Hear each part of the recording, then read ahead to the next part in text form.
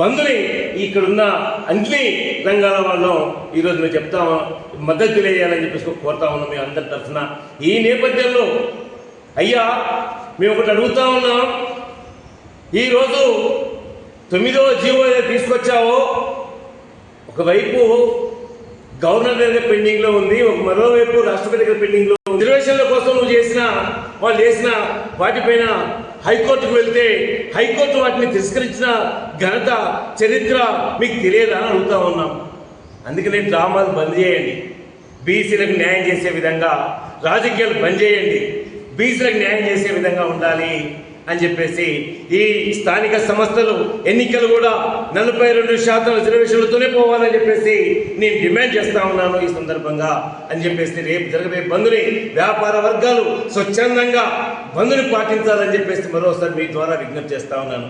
ఇప్పుడు భూసా అంజనేయులతో ఈరోజు ER foundation తరఫు నుంచి నేను రేపు జరగబోయే joint action committee BC reservation పోరాట సమితికి సంబంధించి బంద్కు పిలిపించిన దృష్ట్యా మేమందరం కూడా సంఘీభావంగా మద్దతు ప్రకటిస్తూ ఇక్కడ ఉన్నటువంటి బీసీలు 42% అయితే కోరుతున్నారో అది 100% న్యాయమైనటువంటిది.